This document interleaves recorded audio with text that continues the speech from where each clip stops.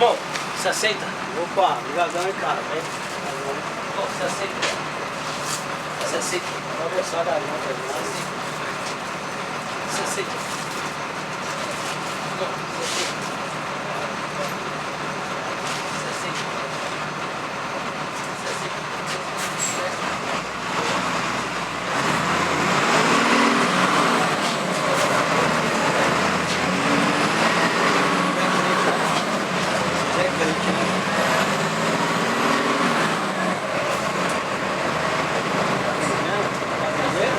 Você vai falar.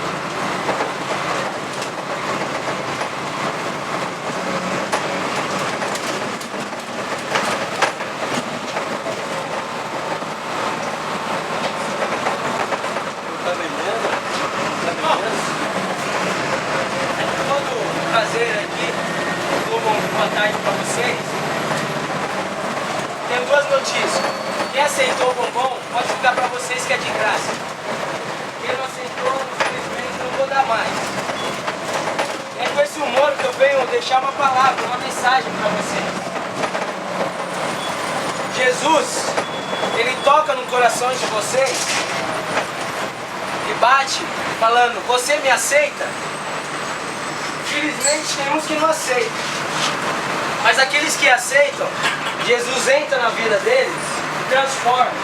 Tudo aquilo que está morto, Jesus ressuscita.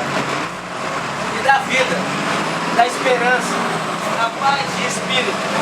O mundo hoje está perdido nas drogas, nas bebidas, na prostituição.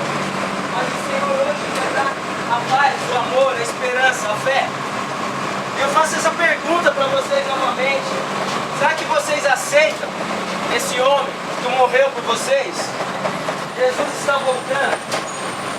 E Ele só quer o seu coração.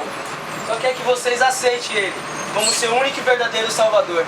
Alguém gostaria de aceitar Jesus hoje? Glória a Deus. Você nunca aceitou Jesus? Você aceita Jesus? Quer fazer uma oração de salvação?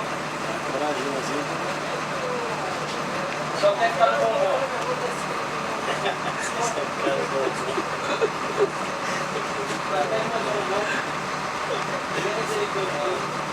Mesmo você não aceitando,